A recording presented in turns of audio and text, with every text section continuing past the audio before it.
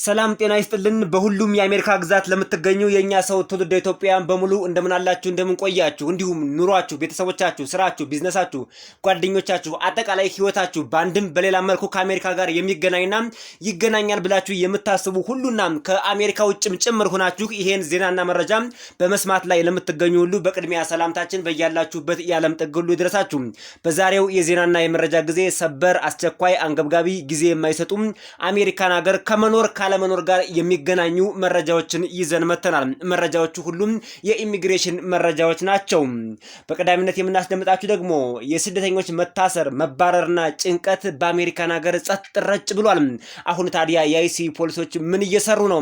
ከሀበሻ ጠበቆች የኛ ሰው ከሆኑ ትውልደ ኢትዮጵያውያን ጠበቆች የተላለፈውን መልእክት በሶስት ዋና ዋና ነጥብ ላይ አተኩረን እናቀርብላችኋለን። ቃል በቃል የጠበቆቻችን ምክረ ሐሳብ ትሰማላችሁ፣ ታዳምጣላችሁ። ቀጣዩ መረጃ የሚሆነው በ2026 የወጡ የተቀየሩ የተሻሻሉ ሁሉንም የኢሚግሬሽንና ተያያዥ ጉዳዮችን በዝርዝር ይዘናል። የሚቀር የለም። ማስታወሻችሁን እናንተ ትይዛላችሁ። የምታውቁትን የሰማችሁትን ያልሰማችሁትን በቼክሊስት ቼክ እያደረጋችሁ ራይት እያደረጋችሁ ሁሉንም ከመጀመሪያው እስከ መጨረሻው መስማት ማዳመጥ ያለባችሁ መረጃ ነው። አሜሪካን ምድር እየኖራችሁ ለመሆኑ ምን ተቀየረ? ምን አዲስ ህግ መጣ? ምንድነው ያለው ሁኔታ የሚለውን ማወቅ መብት ብቻም ሳይሆን ግዴታም ጭምር ነውና እኛም በዝርዝር አዘጋጅተናል። አጠቃላይ 2026 ከገባበት ጊዜ ጀምሮና ወደፊትም የሚቀየሩትን በሙሉ በዝርዝር በሚገባ ይዘናቸዋል። ወደ ዝርዝር መረጃዎቹ አልፈናል። እናንተ የዩቲዩብ ቻናሉን ሰብስክራይብ እያደረጋችሁ የደወል ምልክቷን እየተጫናችሁ በቀጥታ ማዳመጣችሁን ጀምሩ። እኔ መረጃዎቹን ለናንተ በሚመጥን ብቻ ሳይሆን በሚጠቅም መልኩ አዘጋጅቸዋለሁ። አብረን እንከታተለው። በቀዳሚነት የምናስደምጣችሁ እንግዲህ ከቅርብ ጊዜ ወዲህ እንደምናስታውሰው የአይሲ ኦፕሬሽን በአሜሪካን ሀገር እጅግ ተጧጥፎ ነበር። አሜሪካን ሀገር በተለይ ስደተኞች ሰርቶ ለመኖር ወጥቶ ለመግባትም የተቸገርንበት ሁኔታም ነበር። በጣም አስቸጋሪ ሁኔታ ተፈጥሮ ነበር። አሁን እሱ ነገር ጸጥ ረጭ ብሏል። እንደ በፊቱ አይደለም። ሁሉም ነገር ቀንሷል። መታሰር፣ መባረር፣ ጭንቀት፣ ሁሉም ነገር አሁን በአሜሪካን ሀገር ረገብ እያለ ያለበት ሁኔታ እየተስተዋለ ነው። ታዲያ አሁን የአይሲ ፖሊሶች ምን እየሰሩ ነው? ዲፓርትመንት ኦፍ ሆምላንድ ሴኩሪቲስ ምን እየሰራ ነው? በጀቱስ ምን ሆነ? አጠቃላይ ወደፊትስ እንቅስቃሴያቸው የሚያተኩርባቸው ነጥቦች ምንድናቸው የሚለውንም ከኛ ሰው የሆኑ ትውልደ ኢትዮጵያውያን የሀበሻ ጠበቆች በቀጥታ አዳምጠን እንመለስ። የሚኒሶታ ኢንፎርስመንት ከቆመ በኋላ እንደገና ወይም ደግሞ በተለይ አሌክስ መገደልን ተከትሎ የተመለከትነው ነገር ኮንግረስ ስቴፕ አፕ አድርጓል። ሁለቱም ሴኔትም ኮንግረስም ጠንካራ ሜዠርመንት እንዲወሰድ ከሪፐብሊካን ጭምር 2-3 አባሎች ወደ ዲሞክራቶች ተቀላቅለው በጀቱ ላይ ጠንካራ እርምጃዎች እንዲወሰዱ ግፊት አድርገዋል። እስካሁን ድረስ የዲኤችኤስ በጀት ላይ ስምምነት አልተደረሰም። ስለዚህ ዲኤችኤስ በጀት ላይ ትልቅ ተጽዕኖ በማሳደሩ ኢንፎርስመንቱን ገድቦታል። የአይስ ኢንፎርስመንትን ላስት 20 days አካባቢ የምንመለከተው ይሄን ያህል ስትሮንግ የሆነ ኢንፎርስመንት በሁሉም ስቴቶች እየተመለከትን አይደለም። ሁለተኛው የፖሊሲ አቅጣጫ ክርክሮች አሉ ዲኤችኤስ ውስጥ። ቶም ሃም ሚኒሶታ ላይ ያሳየው ሰክሰስፉል ሂደት በሌሎች ስቴቶች መደገም አለበት የሚል አቋም አለው። ይሄም ማለት ሳንክቹሪ ስቴቶችን ሄዶ ፕሬዠር በማድረግ ክሪሚናሎችን ከጄሎች፣ ከፕሪዝኖች፣ ከዲቴንሽን ሴንተሮች ዳይሬክትሊ ወደ አይስ ሴንተሮች ማስተላለፍ እንዲቻል ማለት ነው። ስለዚህ አንድ የሳንክቹሪ ስቴቶች ፖሊሲ በሎካል ሎ ኢንፎርስመንት የተያዙ ሰዎች ዳይሬክትሊ ወደ አይስ እንዳይተላለፉ ወይም ኢሚግሬሽን ማንነታቸው የኢሚግሬሽን ባክግራውንዳቸው ተላልፎ እንዳይሰጥ ማድረግ ነበር። ስለዚህ እነዚህ ስቴቶች ላይ የሄዱ ከካውንቲዎች ጋር እንደገና ከሎ ኢንፎርስመንቶች ጋር አብረው በማውራት ይህን ፖሊሲያቸውን እንዲቀይሩ ማድረግ ነው የሱ እና ያ አንደኛ በጣም የበጀት ቅነሳ ሊያደርግ ይችላል። ኢንፎርስመንትን ያቀለዋል። ለአንድ ሰው የሚላከው የአይስ መጠን ቁጥር አነስተኛ ይሆናል። ስለዚህ መንገድ ላይ የምትመለከቱት አይነት ኢንፎርስመንቶች ላይኖሩ ይችላሉ። ታርጌትድ ኢንፎርስመንት ነው የሚሆነው። ፐብሊክም ሳፖርት አለው። ምክንያቱም ፐብሊኩ ክሪሚናል ኤሊያንስ የሚባሉትን ለቅሞ ማስወጣት ይፈልጋሉ፣ ወይም ደግሞ ጉዳት የሚያመጡ ኢሚግራንቶች ከአሜሪካ ስትሪት ላይ እንዲቀነሱ ይፈልጋሉ እና ስለዚህ ከዛም አንጻር የራሱ ስትሮንግ የሆነ ባክአፕ ሳፖርት አለው። ሌላኛው ፖሊሲ ግን አግሬሲቭ የሆነ ኢንፎርስመንት እንዲካሄድ ነው። ይሄ ስቴፈን ሚለር አቋም ነው። ዴቼች ውስጥ ሴክሬታሪ ናኦም ይሄን ትደግፋለች። እንግዲህ ሙለን አቋም የቱ ጋር እንደሚሆን ግልጽ አይደለም። የተለየ አቋም እስካሁን እንዳለው የሚያንጸባርቅ ነገር አልተመለከትኩም በእኔ በኩል። ስለዚህ ምናየው ይሆናል። ያን ግን ሴናተር ስለነበረ ከህዝቡ ጋር ኮንታክት ስለነበረው ሜቢ የተለየ አቋም ሊኖረው ይችላል። አይ ዶንት ኖ ያን ያህል ተስፋ ማድረግ ያለብን አይመስለኝም። ኦቨርኦል የዴችስ በጀት አሁን ሪስትሪክትድ ወይም ደግሞ በጀቱ በስነ ስርዓት በሁለቱም የዲሞክራት ኤንድ ሪፐብሊካን ሪፕሬዘንታቲቮች ስምምነት ላይ ስላልተደረሰ ገደብ ስላለው ኢንፎርስመንት አግሬሲቭሊ እየተመለከትን አይደለም። ታርጌትድ የሆኑ ኢንፎርስመንቶች ናቸው እስካሁን ያሉት ማለት ነው። አንደኛ ከእስር ቤት እነዚህ ኢሚግራንቶችን ወደ አይስ ሴንተሮች ማስተላለፍ፣ ሁለተኛ ደግሞ እዛ ፍርድ ቤት ላይ የመጨረሻ ውሳኔ የተወሰነባቸውን ሰዎች ወደ አይስ ዲቴንሽን ሴንተር መውሰድ፣ ሶስተኛ ቢአይ ላይ ቦርድ ኦፍ ኢሚግሬሽን አፒልስ ላይ ይግባኝ ጠይቀው ያሉ ሰዎችን ማሰር። እነዚህ ሶስቱ ላይ ነው በብዛት ላስት 2 ዊክስ እየተመለከትን ያለ ነው። የጠበቃችን መልእክት እንደሰማችሁትና እንዳዳመጣችሁት ነው። በነገራችን ላይ ጠበቃ ሙሉ ዓለም በአሜሪካን ሀገር ለትውልደ ኢትዮጵያን ከኢሚግሬሽን ጋር የተያያዙ መረጃዎችን በመስጠት ለረጅም ጊዜ ያገለገለም የምንወደውና የምናከብረው ትውልደ ኢትዮጵያዊ የሆነ የሀበሻ ጠበቃ ነው። ታዲያ ጠበቃ ሙሉ ዓለም የተናገራቸው ነጥቦች ጠቅለል ሲደረጉ በ3 ዋና ዋና ነጥቦች ላይ ያተኮረ ሆኖ አግኝተነዋል። የመጀመሪያው አሁን የአይሲ ፖሊሶች እንደ በፊቱ ቤት እየሰበሩ መኪና እየሰበሩ መንገድ ላይ ያስቆሙ ኦቨር በምንሰራባቸው አካባቢዎች ሁሉ እየተንቀሳቀሱ ማሰራቸውን ሙሉ በሙሉ ትተዋል ማለት ይቻላል። ለዚህ ደግሞ ትልቁና ዋናው ምክንያት ምንድነው? በአሜሪካን ሀገር የዲፓርትመንት ኦፍ ሆምላንድ ሴኩሪቲ በጀት ስላልጸደቀ ነው።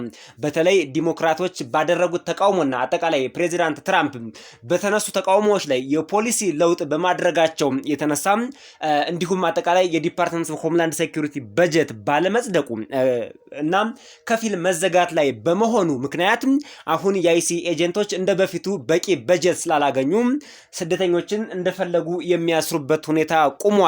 አንደኛው በጀት ነው፣ ሁለተኛው የህግ ማዕቀብ ነው፣ ሶስተኛው የፖሊሲ ማሻሻያ መምጣቱ ነው። በእነዚህ ምክንያቶች ነው እንግዲህ አሜሪካን ሀገር የሚገኙ ስደተኞች ትውልደ ኢትዮጵያውያንን ጨምሮ ማለት ነው የተወሰነ እፎይታ ሊያገኙ የቻሉት። በፊት የአይሲ ፖሊሶች አሜሪካን ሀገር ስደተኞችን አባረው ባሰሩ ቁጥር እና በወሰዷቸው ቁጥር አስረው በያዟቸው ቁጥር ማለት ነው አበል እንዲሁም በየቀኑ የሚያገኟቸው ሰፋ ያሉ ጥቅማ ጥቅሞች ሁሉ ነበሯቸው። አሁን እነሱ ሁሉ ስላቆሙ አጠቃላይ ዲፓርትመንት ኦፍ ሆምላንድ ሴኩሪቲ የበጀት እጥረት ስላጋጠመው እሱን ማድረግ አልቻለም። ዲሞክራቶችም ሆን ብለው ነው የዲፓርትመንት ኦፍ ሆምላንድ ሴኩሪቲን በጀት በሚገባ ተቆጣጥረው በጀት እንዳያገኝ ኮንግረስ ላይ ከፍተኛ ተጽዕኖ በማድረግ ነጩ ቤተ መንግስት ላይ ለዚህ ዲፓርትመንት በጀት አይገባውም ብለው በመከራከራቸው ምክንያት ነው እንግዲህ ይህ ትልቅ ለውጥ የመጣው። እናም ጠበቃችን እንደተናገሩት አሁን የአይሲ ፖሊሶች ምንድነው የሚሰሩት ካልን እንደ በፊቱ አግሬሲቭ የሆነ ኦፕሬሽን ሜትሮ ሰርጅ፣ ኦፕሬሽን ፓሪስ የምንላቸው የመሳሰሉት ጠንካራ የኢሚግሬሽን እንቅስቃሴዎች አሁን አይታዩም፣ ጸጥ ረጭ ብለዋል።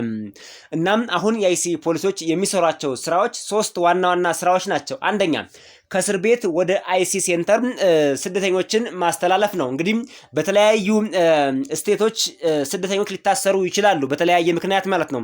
ህገወጥ ሰነድ ወይም ሰነድ የሌላቸው አጠቃላይ ህገወጥ የሆኑ ወይም ወንጀል የሰሩ ስደተኞች በተለያዩ በሚኖርባቸው አካባቢዎች በካውንቲና በስቴት አካባቢ ታስረው ከሆነ እነሱን ወደ ዲቴንሽን ሴንተር ወይም ወደ አይሲ ሴንተር ማስተላለፍ አንደኛው ስራቸው ነው እንጂ እንደ በፊቱ መኪና እየሰበሩ ቤት እየሰበሩ አግሬሲቭ የሆነ ኦፕሬሽን አሁን በአሜሪካን ሀገር ቆሟል። ሁለተኛው ፍርድ ቤት የመጨረሻ ውሳኔ የወሰነባቸውንም ስደተኞች ወደ አይሲኢ ዲቴንሽን ሴንተር ማጓጓዝ ሆኗል ስራቸው። ሶስተኛው ደግሞ ይግባኝ ሰሚ ሂደው የተሸነፉ ስደተኞችን ወደ ዲቴንሽን ሴንተር ወይም ደግሞ ወደ አይሲ የጊዜያዊ ማቆያ ሴንተር ማለት ነው ወደሱ ማጓጓዝ። እነዚህ 3 ትልልቅ ስራዎች እየተሰሩ ይገኛሉ በአሁኑ ሰዓት ማለት ነው። ስለዚህ የአይሲኢ ፖሊሶች በአሁኑ ሰዓት የሚሰሩት ስራ ይሄ ሆኗል ማለት ነው። እዚሁ ጋር ተያይዞ በቅርቡ እንደሰማነውና እንዳዳመጥነው እንግዲህ የዲፓርትመንት ኦፍ ሆምላንድ ሴኩሪቲ ኃላፊ የሆነችው ክሪስቲ ኖም ከስልጣኗ ተነስታ በምትኳ ደግሞ ሌላ አዲስ ባለስልጣን ተሹሟል። እሱ ባለስልጣን አሁን በይፋ ወደ ስራ እየገባ ይገኛል። ምናልባት ለስደተኞች እፎይታን የሚሰጥ ነገር ይዞ ይመጣል ብለው ይጠብቃሉ በርካቶች።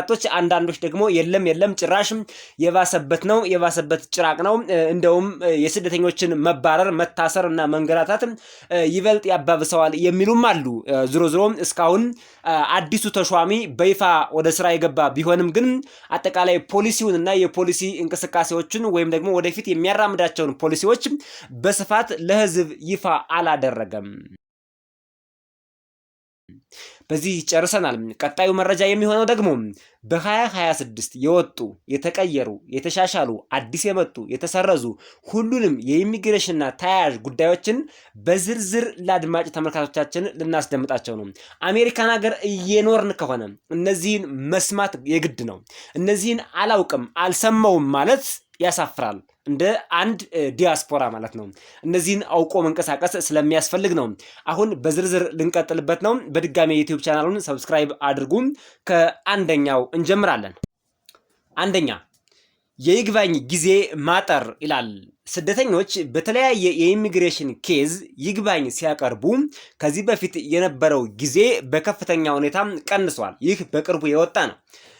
ትናንት መጋቢት 9 2026 ወይም ማርች 9 2026 በፈረንጆቹ አቆጣጠር ማለት ነው።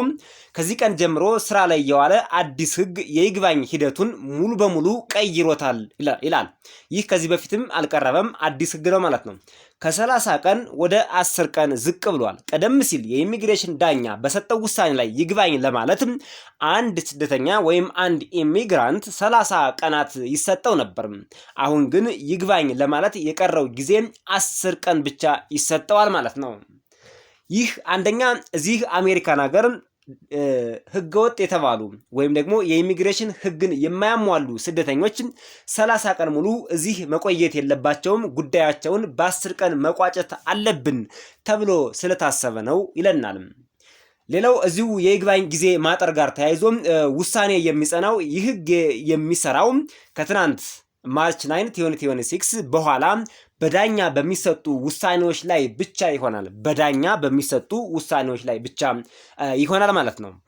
ሌላው ክፍያን በተመለከተ አንድ ኢሚግራንት ወይም ደግሞ አሜሪካን ሀገር የሚኖር አንድ ስደተኛ ይግባኝ ካመለከተ በኋላ EOIR 26 የሚባል ፎርምን ሞልቶ ይግባኝ ወይም አፒል ኩርት አፒል ሲሞላ 1030 የአሜሪካ ዶላር እንዲከፍል ተወስኗል። ይህ ትልቅ ክፍያ ነው። በነገራችን ላይ ቀላል የሚባል አይደለም። በተለይ አሜሪካን ሀገር በአሳይለም ኬዝ መጥቶ የስራ ፍቃድም ሳያገኝ አሳይለሙም ሳይጸድቅለት ቀርቶ አንድ ሰው ይግባኝ ቢጠይቅ ምንም በሌለበት ሁኔታ 1030 የአሜሪካ ዶላር እንዲከፍል ይደረጋል ማለት ነው። ይህ ለአሳይለም ብቻ ሳይሆን አጠቃላይ በኢሚግሬሽን ዙሪያ ይግባኝ ለሚጠይቁ ወይም አፒል ለሚጠይቁ ኢሚግራንትስ የተወሰነ ክፍያ ነው ማለት ነው። አንደኛው ነጥብ እሱ ነው።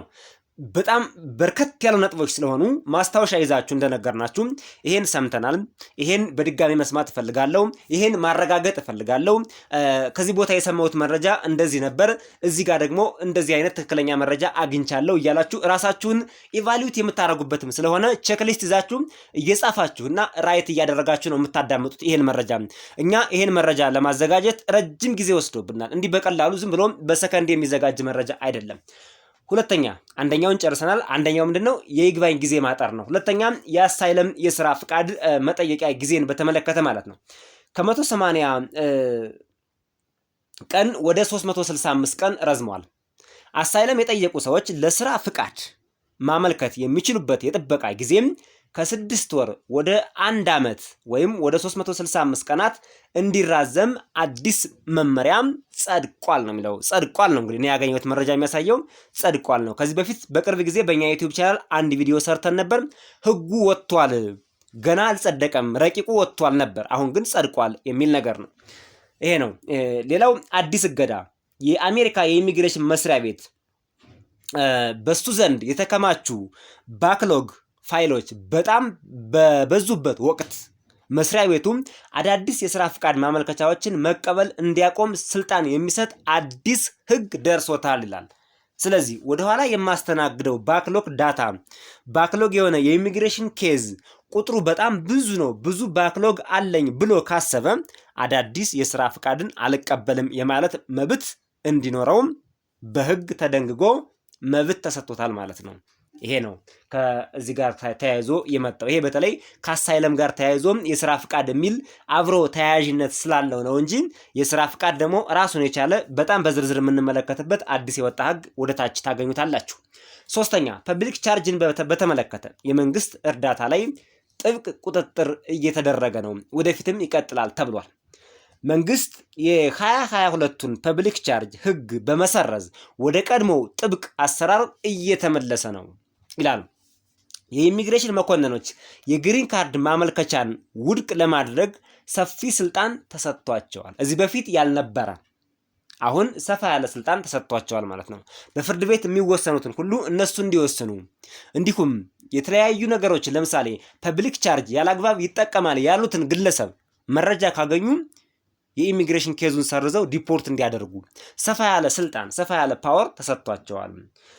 የትኞቹ ጥቅማ ጥቅሞች ናቸው ችግር የሚያመጡት? እንደ ነፃ ትምህርት ቤት ምሳ፣ ፍሪ ስኩል ላንች፣ የጤና ክሊኒኮች፣ ኮሚኒቲ ሄልት ሴንተር እንዲሁም ሌሎችም በርከት ያሉ ለምሳሌ በገንዘብ ድጋፍ የሚያደርጉ የሚገኝበት ኬዝ አለ። ፉድ ስታምፕ የምንለው አለ። ሜዲኬር የምንላቸው አሉ። በጣም ብዙ ናቸው። በዝቅተኛ ኑሮ ላይ ለሚገኙ ትውልደ አሜሪካውያን ወይም አሜሪካ ላሉ ሰዎች ለትውልደ አሜሪካውያን ብቻ ሳይሆን በግሪን ካርድ ላሉት ጭምር የሚሰጡ እርዳታዎች ከፍተኛ ቁጥጥር እየተደረገባቸው ነው። በተለይ ያላግባብ የመንግስትን እርዳታ የምትጠቀሙ ካላችሁ ወደፊት እዳው በእናንተና በቤተሰባችሁ ላይ ስለሚሆን አሁኑኑ አቁሙት። ምንም አይጠቅምም። እርዳታ አንደኛ በጣም አስቸጋሪ ነገር ነው። እርዳታ የለመደ አይምሮም ለስራም ዝግጁ አይሆንም። በጣም መጥፎ ነገር ነውና እንደምንም ውጡ። ነገር ግን ከእርዳታ መውጣት የማትችሉ ግድ የሆነባችሁ ለመኖር የግድ ዛሬ ለመኖር እርዳታ የሚያስፈልጋችሁ ካላችሁ ተጠቀሙ። ምንም ማድረግ አይቻልም ማለት ነው። ሌላው የሶሻል ሚዲያ ጥብቅ ፍተሻን በተመለከተ ነው። አራተኛ ተራ ቁጥር ደርሰናል። የሶሻል ሚዲያ ጥብቅ ፍተሻን በተመለከተ ነው። ማንኛውም ለቪዛ ወደ አሜሪካን ሀገር የሚመጣ ሰው ተማሪ፣ ጎብኝ ወይም ሌላ ኢሚግራንት የሚያመለክተው ሰው የሶሻል ሚዲያ መረጃዎቹ በዝርዝር ይታያሉ። ቴሌግራምህ፣ ፌስቡክ፣ ኢንስታግራም፣ ዩቲዩብ፣ ሊንክዲን ሁሉም በሙሉ ይበረበራል። ከተበረበረ ከታየ በኋላ ለአሜሪካ አደጋ የሆነ አሜሪካን አደጋ ላይ የሚጥል መረጃ ተላልፎ ከተገኘ ሁሉም የኢሚግሬሽን ኬዝህ በአንድ ጊዜ ይሰረዛል። ስለዚህ ተጠንቀቁ። ወደ አሜሪካን ሀገር ለመጓዝ ለመንቀሳቀስ ያሰባችሁ በትምህርት፣ በስራ፣ በጉብኝት፣ በተለያዩ ነገሮች ያሰባችሁና ያቀዳችሁ በሙሉ አሜሪካን ሀገር ያላችሁም ሁናችሁ አጀስትመንት ኦፍ ስታተስ የምትጠይቁም ብትሆኑ ሶሻል ሚዲያችሁ ይታያል። አሁን ግሪን ካርድ ላይ ሆናችሁ ግሪን ካርድ ለማደስና ወደ ሲቲዝንሺፕ ለመሸጋገር የምትመጡ ካላችሁ የእናንተም ሶሻል ሚዲያችሁ ቼክ ይደረጋል እና ካሁኑ ሶሻል ሚዲያችሁን ማጽዳት፣ ማስተካከል ያስፈልጋል ማለት ነው። ማስተካከል ያስፈልጋል። የፍተሻው ዓላማ መኮንኖች በሶሻል ሚዲያ ላይ ለአሜሪካ ጥላቻ ያላቸው ወይም ጸረ ሴማዊ አንቲሴሜቲክ አቋም የሚያንጸባርቁ ጽሁፎችን ካገኙ ቪዛውን ይሰርዙታል። አንቲሴሜቲክ ምንድን ነው ማለት? እስራኤሎችን አይሁዶችን የሚጠላ ማለት ነው። እንግዲህ አሜሪካና እስራኤል እጅና ጓንት ናቸው። የአንድ ሳንቲም ሁለት ገጽታዎች ናቸው። ስለዚህ ፕሬዚዳንት ትራምፕ ምን ብለዋል? አይሁዶችን የሚጠላ ሁሉ እኔን ይጠላል ብለዋል። እንግዲህ የመጀመሪያው ፕሬዚዳንት ናቸው። ፕሬዚዳንት ትራምፕ እስራኤል ሀገር ሂደው የአይሁዶችን ራሳቸው ላይ የሚያረጓት ቆብ ነገር አለች። እሷን አድርገው ለመጀመሪያ ጊዜ ነው ይሄን ያደረጉት እና በአሜሪካን ምድር ለመጀመሪያ ጊዜ የአይሁዶች አንድ የሚከበር ትልቅ በዓል አለ። ሀኒካ የሚባል የአይሁዶች በዓል አለ። እሱን አሜሪካን ሀገር ውስጥ በቤተ መንግስት ለመጀመሪያ ጊዜ ያከበሩ ፕሬዚዳንት ትራምፕ ናቸው። በጣም በሚገርም ሁኔታ ማለት ነው። እንግዲህ ኢትዮጵያ ውስጥ አንዳንድ ነገሮችን እንመለከታለን። በአሁኑ ጊዜ የአንድ ሃይማኖት ወገን ቤተ መንግስት ገብተው የኢፍጣር ፕሮግራም ጾማቸው ከገባ ጀምሮ እየተደረገ ነው። እሱ መደረጉ መልካም ነው፣ ግን የሌሎቹ እምነት ተከታዮች ይሄን አገልግሎት እያገኙ አይደለም። እንደዛ አድርጋችሁ ቁጠሩት። እንግዲህ ዲፕ ወደ ፖለቲካው ባንገባም እሱ ባይጠቅመንም እዚህ አሜሪካን ሀገር ያሉ ኬዞችን የምንመለከት ቢሆንም ልክ ፕሬዚዳንት ትራምፕ ለአይሁድ ያላቸው እይታ እንደዛ ነው ለማለት ነው። ፖይንቱን አግኝታችሁን ከሆነ ማለት ነው። አምስተኛ የኤች1ቢ ቪዛ እጣ ሎተሪ ለውጥ ተደርጓል። ይሄ ኤች1ቢ ቪዛ የሚባለው እንደው ለኢትዮጵያውያን ብዙ የሚጠቅም ነገር ነው ብለን አናስብም። ግን እንደ መረጃ ያዙት። የሚጠቀሙበት ይኖራሉ፣ በነገራችን ላይ ይኖራሉ። ግን የተወሰነ ቁጥር ነው በዚህ የቪዛ አይነት አገልግሎት ሊያገኝ የሚችለው። ይሄ የቪዛ አይነት በነገራችን ላይ በሎተሪ ልክ እንደ ዲቪ በሉት በየአመቱ ኮታ እየተሰጠው በሎተሪ የሚገባበት ሁኔታ ነው። እንደውም አሁን በቅርብ በእኛ የዩቲዩብ ቻናልም አንድ ቪዲዮ ሰርተንላቸዋል። ለዚህ ቪዛ የምትመዘገቡ በሙሉ አፕላይ ማድረጊያ ቀን ተቀምጧል። አይ ቲንክ ከማርች 14 እስከ ማርች 19 የሚል ቀን ሳይሆን አይቀርም። ከ14 እስከ 19 የሚለውን ይዘነዋል። በዚህ ቀን ውስጥ ምዝገባው ያልቃል። ከዛ በኋላ እስከ ማርች 30 ድረስ ደግሞ ይመስለኛል ውጤቱ እጣው ደርሷችኋል አልደረሳችሁም የሚለው መረጃው ይፋ ይሆናል ማለት ነው። በዚህ ጊዜ ኢንተርቫል ውስጥ ማስታወቂያ እንደወጣ ተመልክተናል። በአሜሪካ የኢሚግሬሽን መስሪያ ቤት ማለት ነው። ለዚህ ቪዛ ስትሞሉም ክፍያ አለው። ከሞላችሁ በኋላ ቪዛው ቢደርሳችሁም አሜሪካን ሀገር ስትገቡ 100,000 የአሜሪካ ዶላር ይጠይቃል። እንግዲህ 100,000 የአሜሪካ ዶላር ከፍሎ አሜሪካን ሀገር ይሄን ቪዛ አግኝቶ፣ ይሄ ቪዛ በነገራችን ላይ ግሪን ካርድ አያሰጥም። ኤች1ቢ ለ5 ዓመት ምናምን የሚሰጥ አሜሪካን ሀገር ሰርታችሁ እንድትመለሱ የሚያደርግ የቪዛ አይነት ነው። ይሄን 100,000 የአሜሪካ ዶላር ከፍለው አሜሪካን ሀገር ውስጥ ገብተው ሰርተው መመለስ የሚፈልጉ ትውልደ ኢትዮጵያውያን ይኖሩ ይሆን የሚለው ሊኖሩ ይችላሉ። ዜሮ ነው ማለት አይቻልም፣ ግን በቁጥር በጣም የተወሰነ ሰው ነው የሚሆነው ማለት ነው።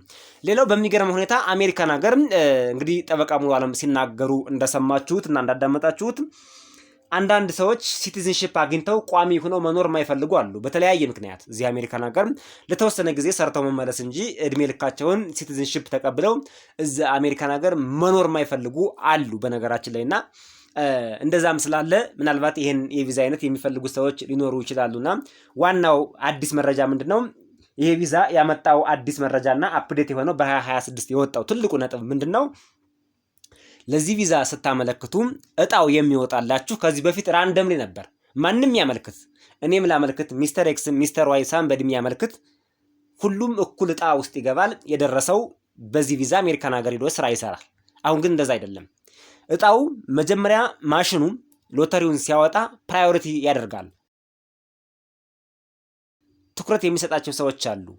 የተሻለ እውቀት፣ የተሻለ ብቃት፣ የተሻለ ደማወዝና የተሻለ ስራ ያላቸውን ሰዎች በተለየ ሁኔታ ይመርጣል ማለት ነው። ስለዚህ ቢያዝድ አድርጎ ሴሌክሽን በሆነ መንገድ እነዚህን ቅድሚያ መርጦ ነው ወደ ታች የሚመጣው። ስለዚህ ሁሉም ለዚህ ቪዛ ያመለከተ ሰው ሁሉም እንደ በፊቱ ራንደምሊ እኩል አይመረጥም። እንደ ዲቪ አይደለም። ዲቪ ሁሉም ሰው ከሞላ ይደርሰዋል። ዲቪ ምንም አይነት የትምህርት ደረጃህ፣ የስራ ሁኔታህ፣ እድሜ አይታይም። የ60 ምናምን አዛውንቶች ዲቪ ደርሷቸው አሜሪካን ሀገር ሲሄዱ አይተናል። ይሄ ግን እንደዛ አይደለም። ኤች1ቢ ግን እንደዛ አይደለም። የተለየ ችሎታ፣ ብቃት፣ የተለየ ስራ እና ከፍ ያለ ደመወዝ ላይ አፕላይ ያደረጉትን በቅድሚያ ይወስዳሉ ነው። 7ኛ ደረስን አይደለም? ስድስተኛ ደርሰናል። 6ኛ የጊዜያዊ ጥበቃ ሁኔታ ቲፒኤስን በተመለከተ የኢትዮጵያን ቲፒኤስ ሁኔታ በአሁኑ ወቅት በህግ ክርክር ላይ ይገኛል። የአሜሪካ ፍርድ ቤት ሁኔታውን ትውልደ ኢትዮጵያውያን በቲፒኤስ ጥበቃ ላይ የነበሩ እንዳይባረሩ ወስኖላቸዋል። የዲፓርትመንት ኦፍ ሆምላንድ ሴኩሪቲ ኃላፊ የሆነችው ክሪስቲ ኖኦም ጥናት አድርጊያለሁ፣ ኢትዮጵያ ውስጥ ያለው ሁኔታ ተሻሽሏልና ስለዚህ አሜሪካን አገር ውስጥ የሚገኙ ቁጥራቸው ከ5,000 በላይ የሚሆኑ ስደተኞች ወደ ሀገራቸው እንዲመለሱ 2,600 የአሜሪካ ዶላር እሰጣቸዋለሁ፣ እንዲሁም የፕሌን ቲኬት ቆርጥላቸዋለሁ። ወደፊት ወደ አሜሪካን ሀገር መመለስ የሚፈልጉበት ሁኔታ ላይ ደግሞ እንደ ጥሩ ሪካርድ ይያዝላቸዋል ብላ ለማባረር ደፋ ቀና ስትል ነበር። የካቲት 13 ነበር የሚያልቀው ማለት ነው። ወይም ፌብራሪ 13 2026 ነበር የሚያልቀው። ነገር ግን ኢትዮጵያውያን ተደራጅተው የሲቪክ ማህበራት አፍሪካ ኮሚኒቲ ቱጌዘር የሚባሉ እንዲሁም በቲፒኤስ ውስጥ ካሉ የተውጣጡ 3 ኢትዮጵያውያን ለፍርድ ቤት ክስ በማቅረባቸው ምክንያት ፍርድ ቤቱ ወስኖላቸው ደስ በሚል ሁኔታ እንዳይቋረጥ ፍርድ ቤቱ አዟል። ስለዚህ በፍርድ ቤቱ ትዕዛዝ መሰረት ተራዝሟል ነው የሚለው። እስከ መቼ አይታወቅም። የፍርድ ቤቱ ውሳኔ ነው የሚወስነው። እንግዲህ ፍርድ ቤቱ እስከዚህ ጊዜ ያራዝመው ነበር፣ ከዚህ ጊዜ በኋላ ይበቃል የሚል ከሆነ አይታወቅም። ዝሮ በፍርድ ቤት ትዕዛዝ ተራዝሟል ነው የሚለው። የአሜሪካ የኢሚግሬሽን መስሪያ ቤት ላይ ብትገቡ ዩናይትድ ስቴትስ ሲቲዝንሺፕ ኤንድ ኢሚግሬሽን ሰርቪስ ዌብሳይት uscis.gov ላይ ብትገቡ የኢትዮጵያውያን ቲፒኤስ በፍርድ ቤት ትዕዛዝ መሰረት ተራዝመዋል ይላል። ከዚህ በፊት ግን የኢትዮጵያውያን ቲፒኤስ ፌብራሪ 13 2026 ያቆማል ነበር የሚለው። እሷን ሰርዘው ምን ብለዋታል? እሷን አስወግደው በፍርድ ቤት ትዕዛዝ መሰረት ተራዝመዋል ይላል። ይሄ ነው እንግዲህ። ስለዚህ ተራዝሞላቸዋል። የስራ ፍቃዳቸውንም ማደስ ይችላሉ፣ መስራት ይችላሉ። እስከ መቼ አይታወቅም። ብስልይ የሰጡትን እየበላ ያለቅሳል ነው እንግዲህ። ባለው እየሰሩ ትውልደ ኢትዮጵያውያን አሜሪካን ሀገር መኖር ይችላሉ ማለት ነው። የፍርድ ቤት ትዕዛዝ ሆኖም ግን ይሄኛው የፍርድ ቤት ትዕዛዙ ከላይ ያለውን የካቲት 13 2026 የወጣውን ክርስቲኖም ይባረሩ ያለችበትን ፍርድ ቤቱ ሰርዞታል በሚለው እናጠቃለው። የኢትዮጵያን ቲፒኤስን በተመለከተ ያለው የወጣው መረጃ ይሄ ነው። ሊባረሩ ነበር። 2026 ከገባ በኋላ ፍርድ ቤት ክስ ቀረበ። በክሱ መሰረት ኢትዮጵያውያን አሸነፉ። ፍርድ ቤቱ ወሰነላቸው። አሁን በፍርድ ቤቱ ትዕዛዝ መሰረት ተራዝመዋል። እስከ መቼ አይታወቅም። 8ኛ የኢሚግራንት ቪዛ ግሪን ካርድ እገዳን በተመለከተ ነው። ይሄ ከጥር 21 ቀን 2026 ጀምሮ 2026 ከገባ በኋላ ማለት ነው። አሁን የምናወራው መረጃ አጠቃላይ በ2026 የወጡ የተቀየሩ፣ የተጨመሩ፣ የተቀነሱ፣ የተሻሻሉ መረጃዎችን አሜሪካን ሀገር የሚኖሩ ትውልደ ኢትዮጵያውያን እንዲሁም አማርኛ የሚሰማ የሌላ ሀገር ዜጋም ካለ እንዲያውቁት ነው። ትልቁ የዚህ ዜና ዓላማ እሱ ነው። ከጥር 21 ቀን 2026 ጀምሮ የአሜሪካ የውጭ ጉዳይ መስሪያ ቤት ዲፓርትመንት ኦፍ ስቴት በእነ ማርኮ ሩቢዮ የሚመራው ማለት ነው ኢትዮጵያን ጨምሮ ከ75 ሀገራት ለሚመጡ ሰዎች የኢሚግራንት ቪዛ መስጠቱን ለጊዜው አቁሟል ነው። ለጊዜው አቁሟል። መቼ ይለቀቃል አይታወቅም። እንዳጋጣሚ ሆኖ እንግዲህ ኢትዮጵያም ተከልክላለች። ኢሚግራንት ቪዛ ነው የተከለከለው። ኢሚግራንት ቪዛ ምን አይነት ነው ካላችሁኝ፣ በቤተሰብ ስፖንሰር እንግዲህ አባት ካለ አሜሪካን ሀገር ልጅ ኢትዮጵያ ውስጥ ካለው ልጁን፣ ሚስት ኢትዮጵያ ውስጥ ካለው ሚስቱን፣ እህቶቹን፣ ወንድሞችን በተለይ በሲቲዝንሺፕ ካለ በግሪን ካርድ ስንሆን ወደ አሜሪካን ሀገር ማምጣት የምንችላቸው አለ። በሲቲዝንሺፕ ስንሆን ማምጣት የምንችላቸው አለ። ሁለቱ የተለያዩ ናቸው። ስለዚህ በቤተሰብ ስፖንሰር አጠቃላይ የሚመጡ እንዲሁም በስራ ስፖንሰር የሚመጡ አሉ። የተለያዩ ኤች1፣ ኤች2፣ ኤች3፣ ኤች5 የሚባሉ በርካታ ቪዛዎች አሉ። ባጭሩ አሜሪካን ሀገር መተን ለመኖር ነው፣ ግሪን ካርድ ለማግኘት ነው፣ ዲቪን ጨምሮ ማለት ነው። ዲቪን ጨምሮ የሚባሉ የቪዛ አይነቶች በሙሉ ለጊዜው ቁመዋል። አይሰጥም ማለት ነው። አይሰጥም። የቆመው ግን ኬዛችሁ ኤምባሲን ያላለፈ ከሆነ ነው። ከኢትዮጵያ ወደ አሜሪካን ሀገር ለመምጣት ከዱባይ ሊሆን ይችላል፣ ከአረብ ሀገር ሊሆን ይችላል። የግድ ከኢትዮጵያ ብቻ አይደለም። ወደዚህ ወደ አሜሪካን ሀገር ለመምጣት ፕሮሰስ ጀምራችሁ አሜሪካን ሀገር ያለ ቤተሰብ ወይም ቀጣሪ ድርጅት ለናንተ ፎርም ሞልቶላችሁ ፎርማችሁ ታይቶ ተቀባይነት አግኝቶ ነው እንግዲህ ፕሮሰሱ። እንደሱ ከሆነ በኋላ ግን ኤምባሲ ላይ ኬዛችሁ ገና እየታየ ባለበት ሁኔታ ላይ ካለ ወይም ገና ኬዛችሁን ወደ ኤምባሲ ለማስገባት እየሄዳችሁ ከሆነ መድከም የለባችሁም። አሁን እሱ ታግዷል። ነገር ግን እጃችሁን አጣጥፋችሁ ደግሞ ቁጭ እንዳትሉ። ኢንተርቪው ያደርጋሉ፣ ፎቶ ይቀበላሉ፣ የተለያዩ መረጃዎችን ከእናንተ ይወስዳሉ። ውሳኔ አይሰጡም። ቪዛው አፕሩቭድ ነው ብለው አይሰጧችሁም። ስለዚህ አስገቡ፣ ወረፋ ያዙ። ለወደፊት መቼ እንደሚከፈት ስለማታውቁት አሁን አስገብታችሁ ወረፋችሁን ይዛችሁ ፎቶአችሁን ባዮሜትሪክስ አሻራ የሚወስዱ ከሆነ አሻራችሁን ሁሉንም ተቀብላችሁ ቁጭ ማለታችሁን አትርሱ ማለት ነው።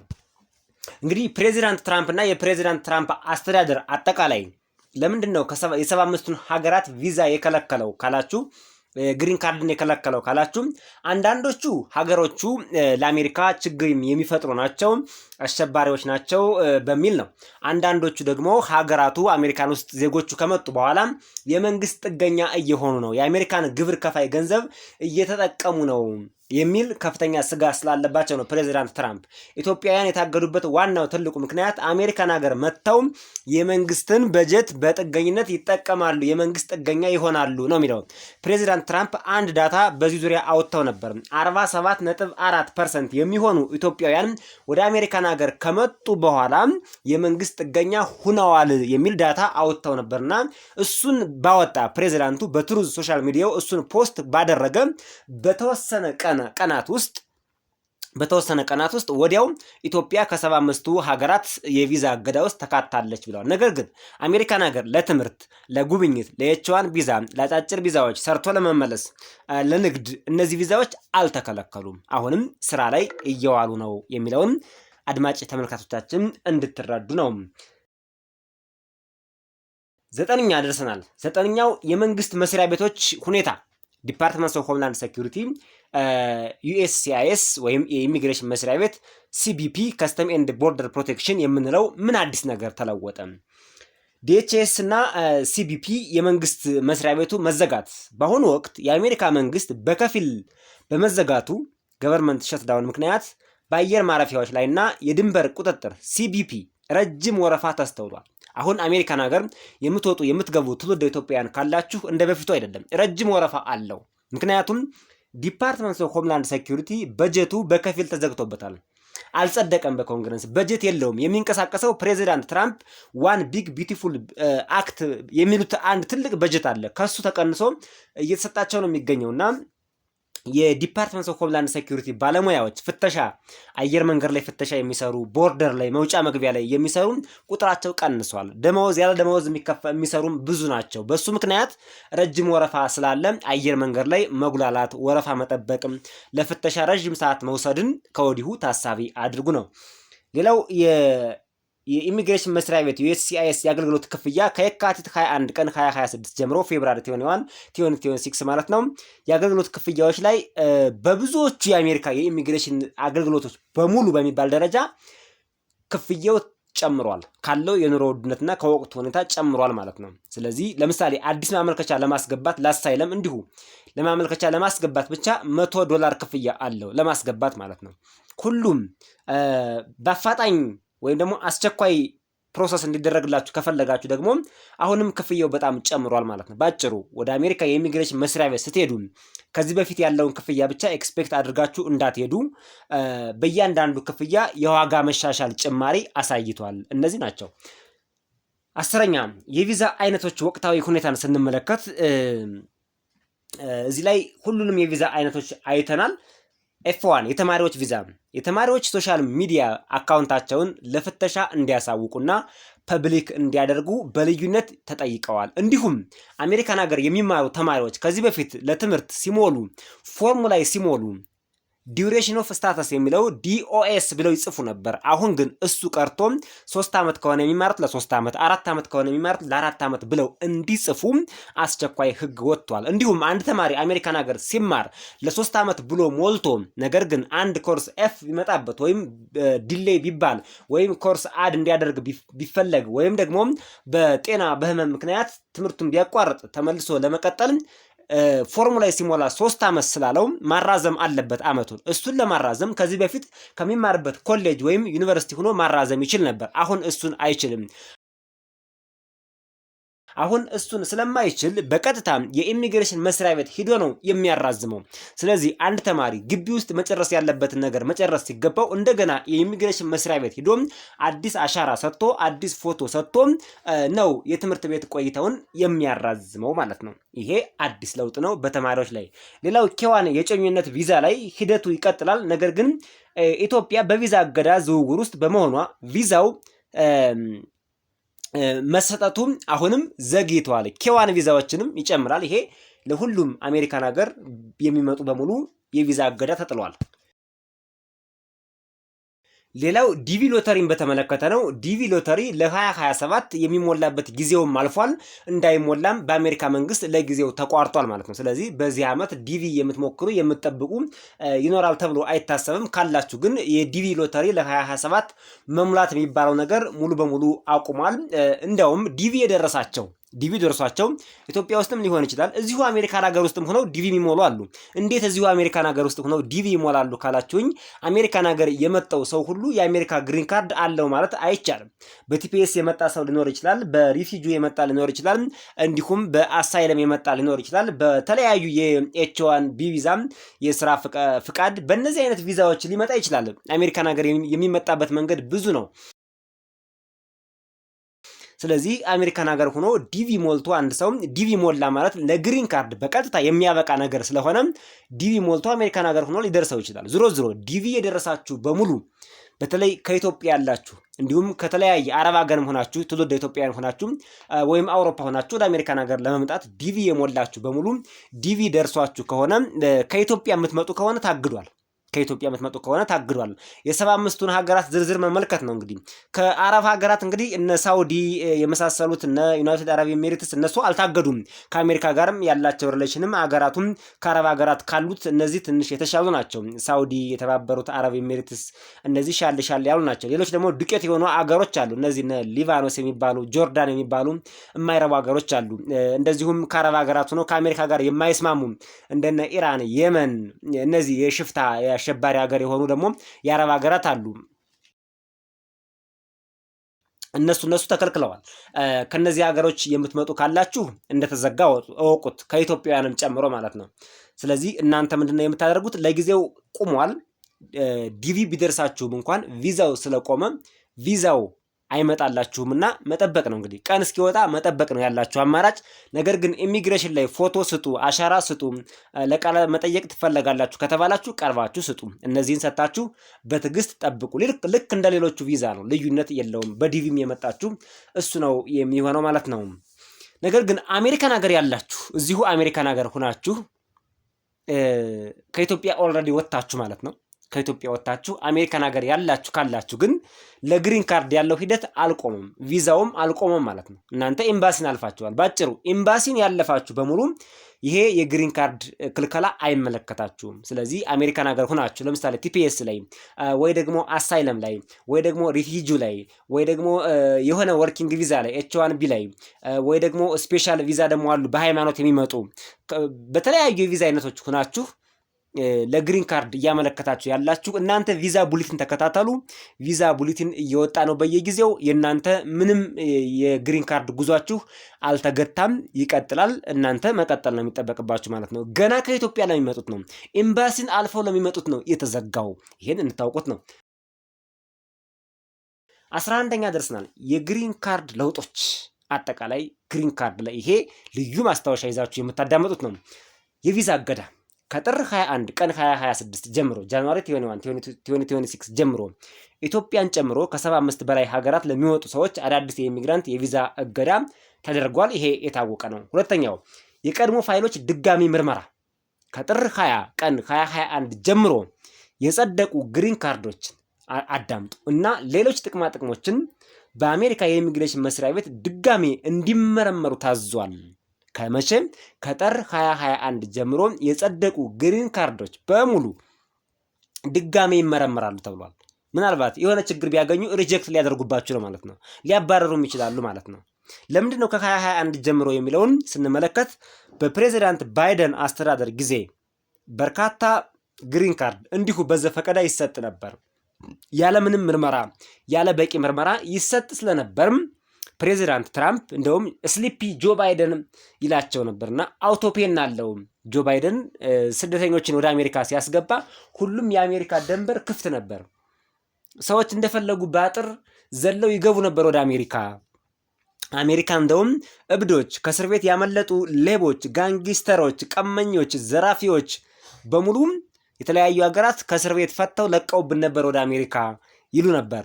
በሱ ምክንያት ኢትዮጵያውያንንም ጨምሮ ማለት ነው ከኢትዮጵያ ከእስር ቤት ያመለጠ ባይኖርም እንኳን ወደ አሜሪካ ከሜንታል ኢንስቲትዩሽን ያመለጠ አለ ተብሎ ባይታሰብም እንኳን በዚሁ ሰበብ ከ2021 ወዲህ ግሪን ካርድ ያገኛችሁ ዜግነትም ያገኛችሁ ግሪን ካርድ ብቻ አይደለም ዜግነትም ያገኛችሁ ትውልደ ኢትዮጵያውያን ካላችሁ የእናንተ መረጃ በልዩ ሁኔታ አሁን እናንተ በማታዩት መልኩም የኢሚግሬሽን መስሪያ ቤት መረጃችሁ እየተመረመረ ነው። የሁላችሁ ከ2021 ወዲህ ያገኛችሁት ማለት ነው።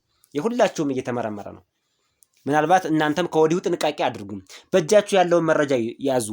ኤምባሲ ላይ የሞላችሁት፣ ኢሚግሬሽን ላይ የሞላችሁትና አሁን በእጃችሁ ላይ ያለው መመሳሰል አለበት።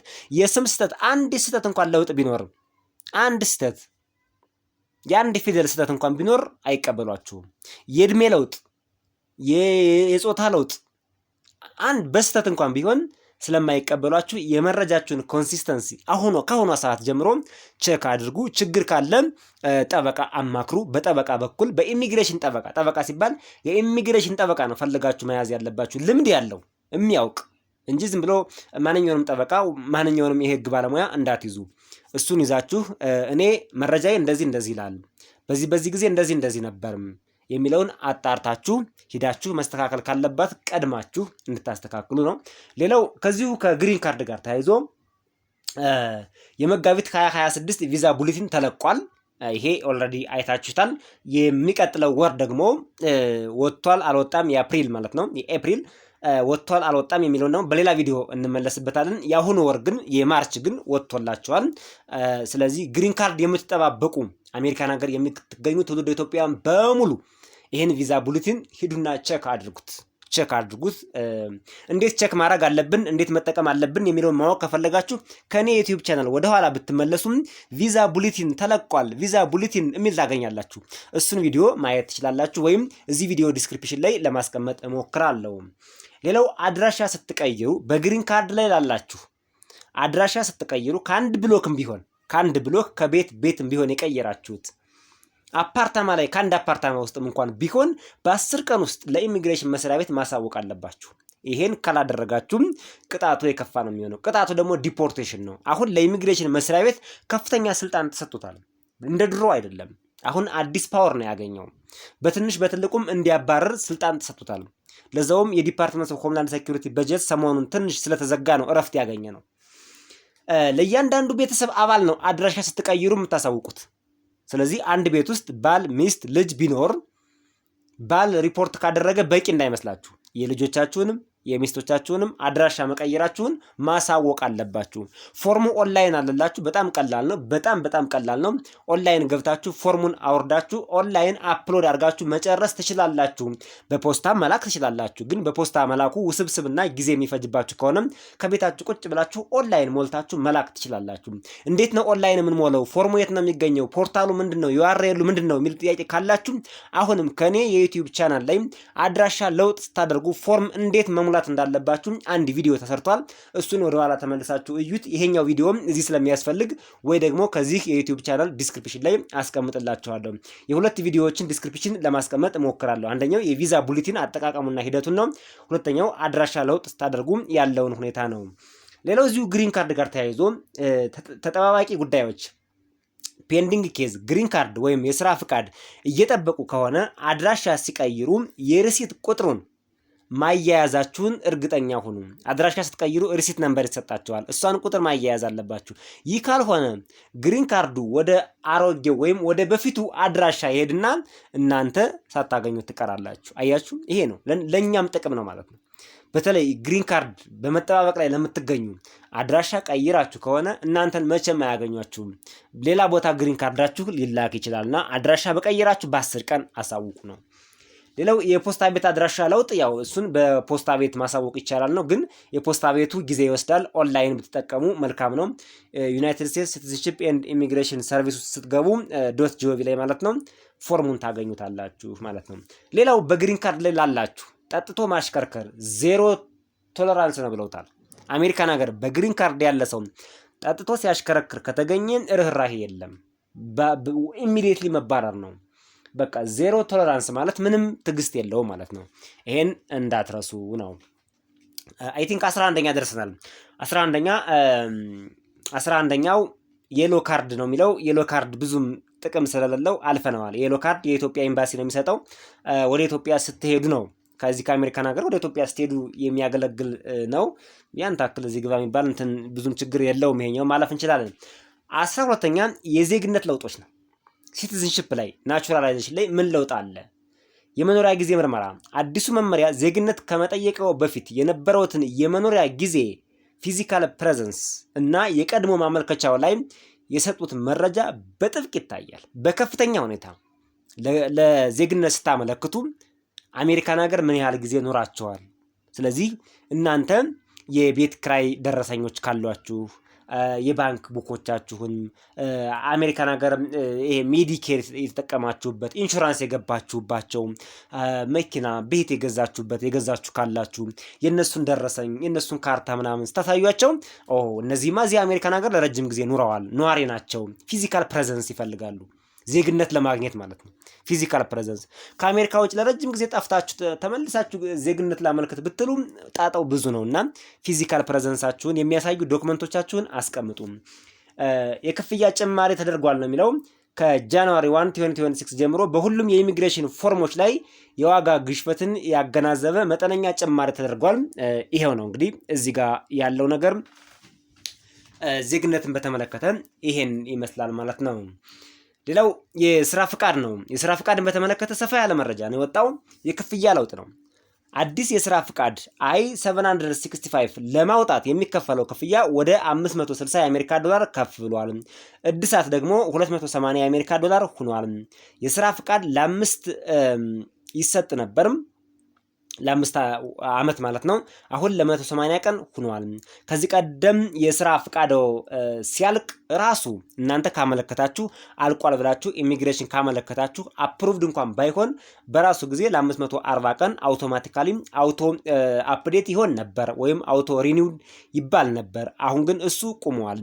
የስራ ፍቃድ አስገብታችሁ የኢሚግሬሽን መስሪያ ቤት አፕሩቭድ ካላላችሁ ወይም ካላደሰላችሁ በቀር በራሱ የሚታደስበት ነገር የለም። ስለዚህ ጉዳቱ ምንድነው? አሁን አሜሪካን ሀገር ስንኖር የኢሚግሬሽን መስሪያ ቤት ብዙ ባክሎግ ዳታ ካለው ቀጠሮ የስራ ፍቃድ ለመስጠት ቀጠሮ የሚያበዛብን ከሆነ በመሃል ስራ ፈተን ቁጭ ልንል እንችላለን። 3-4 ወር ያለ ስራ ልንቀመጥ እንችላለን። እንደዚህ አይነት ችግር አመጥቶብናል ማለት ነው። አዲሱ በ2026 የመጣው የስራ ፍቃድ ማለት ነው።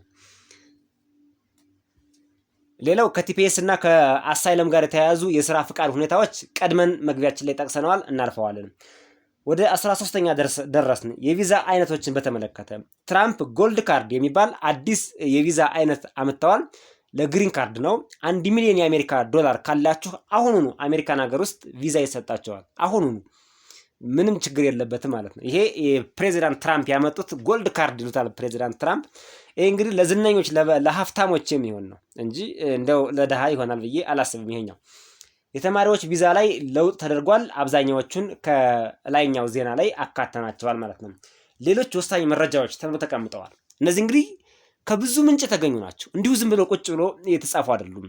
ከአሜሪካ የኢሚግሬሽን መስሪያ ቤት በነገራችን ላይ የኛ የዩቲዩብ ቻናል ከአሜሪካ የኢሚግሬሽን መስሪያ ቤት ከዲፓርትመንት ኦፍ ሆምላንድ ሴኩሪቲ ውስጥ የሚሰሩ ባለሙያዎችን ማግኘት እንችላለን። ከነሱ መረጃ የተጻፈ አይደለም። ፌስ ቱ ፌስ ዛሬ ምን አለ፣ ምን ተደረገ፣ መስሪያ ቤታቸው ጋር ምን ተወሰነ፣ በስደተኞች ዙሪያ ምን አስባቸዋል እያልን በየቀኑ የምንጠይቃቸው ባለሙያዎች እዛ ውስጥ አሉ። ለዛ ነው መረጃዎቻችን በዚህ ደረጃ የሚወጡት ማለት ነው። እና አሪፍ መረጃዎችን እንለቃለን። ሌሎች መረጃዎችን ስንመለከት ኦፕሬሽን ፓሪስ የሚባለው ሰምታችሁታል። በሚኒሶታ ተጀምሮ የነበረ ነው። ባለፉት 5 ዓመታት ውስጥ ወደ አሜሪካ የገቡ ስደተኞችን በሪፊጂው ግሪን ካርድ ካላወጡ የመንግስት አካላት የነበራቸውን የቪዛ ሁኔታ ድጋሚ እየመረመሩ ነው። ይሄ ኦፕሬሽን ፓሪስ የሚባለው አንድ ሰው አሜሪካን ሀገር በሪፊጂ ከገባ በኋላ በአንድ ዓመት ጊዜ ውስጥ አሳይለምን ጨምሮ ማለት ነው። አሳይለም በአንድ ዓመት ጊዜ ውስጥ ለግሪን ካርድ ማመልከት አለበት። ሪፊጂ ከሆነም በአንድ ዓመት ጊዜ ውስጥ ሁለቱም ለግሪን ካርድ ማመልከት አለባቸው። ግሪን ካርዱን መያዝ አለባቸው ወይ አመልክተው ፔንዲንግ ኬዝ መያዝ አለባቸው። እሱ ካልሆነ ግን በአጭር ጊዜ ከአሜሪካ ነው የሚባረሩት ማለት ነው። ስለዚህ አሜሪካን ሀገር በተለያየ ምክንያት ለግሪን ካርድ አፕላይ ሳያደርግ እንዲሁ በዋዛ ፈዛዛ የተቀመጠ ካለ የሚገጥመው ዕጣ ፈንታ መባረር ነው። የተከበራችሁ አድማጭ ተመልካቾቻችን ለዛሬ ለትውልደ ኢትዮጵያውያን አሜሪካን ሀገር ለሚገኙ ትውልደ ኢትዮጵያውያን ይበጃሉ፣ ይጠቅማሉ፣ ያገለግላሉ ያልናቸው ዜናዎችና መረጃዎች እነዚህ ነበሩ።